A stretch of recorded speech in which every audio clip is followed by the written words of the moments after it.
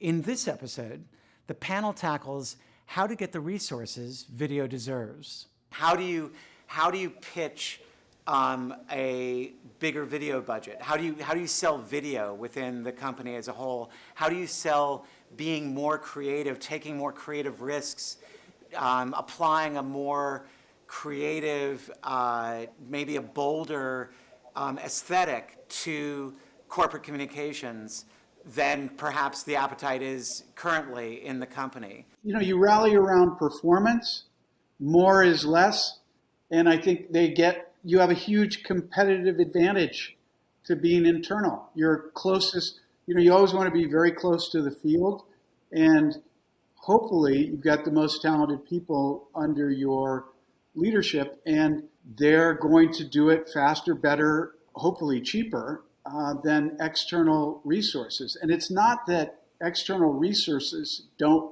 help creativity. I mean, there's often times that you have to go externally, but so often the people inside can do it better, faster, and more special because they understand the problems uniquely suited to the creative brief.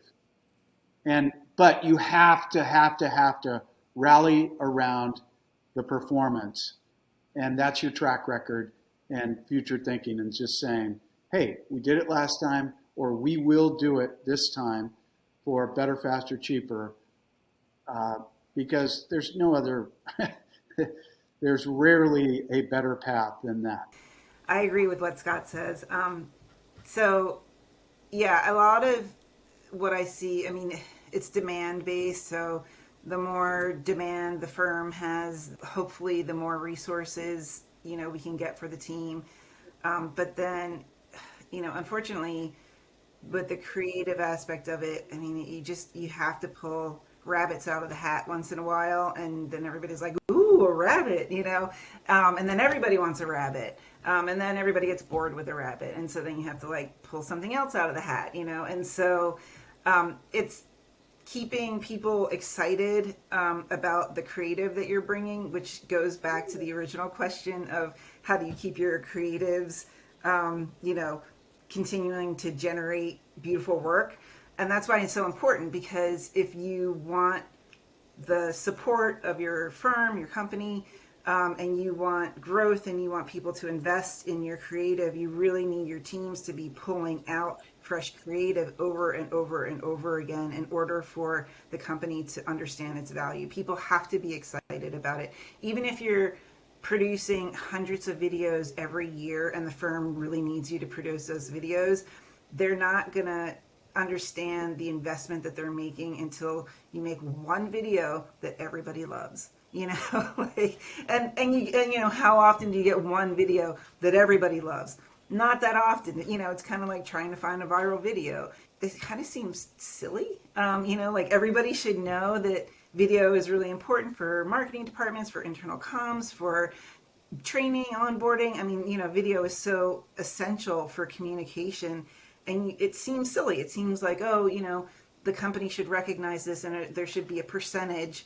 As the company grows, you get this much money, and then it goes into the video budget. That seems like the clearest thing to me, but that's not actually how it works, in my experience anyway. And so there's this constant having to show the need, and then also having to wow people creatively. All right, thank you, Anita and Scott. Your responses were kind of perfectly complementary, with Scott focusing on the kind of metrics, better, faster, cheaper, that demonstrate performance as a way of getting more resources for video within the company's overall budget, and Anita looking at the power of a smash hit that everybody loves in making that same case. The power of video for corporations is clearly a combination of these two things, delivering on business objectives while also thrilling, moving, inspiring people. And when you can sell that combo internally, you have a very powerful pitch. So stay tuned for more from this brilliant panel, and thanks for watching.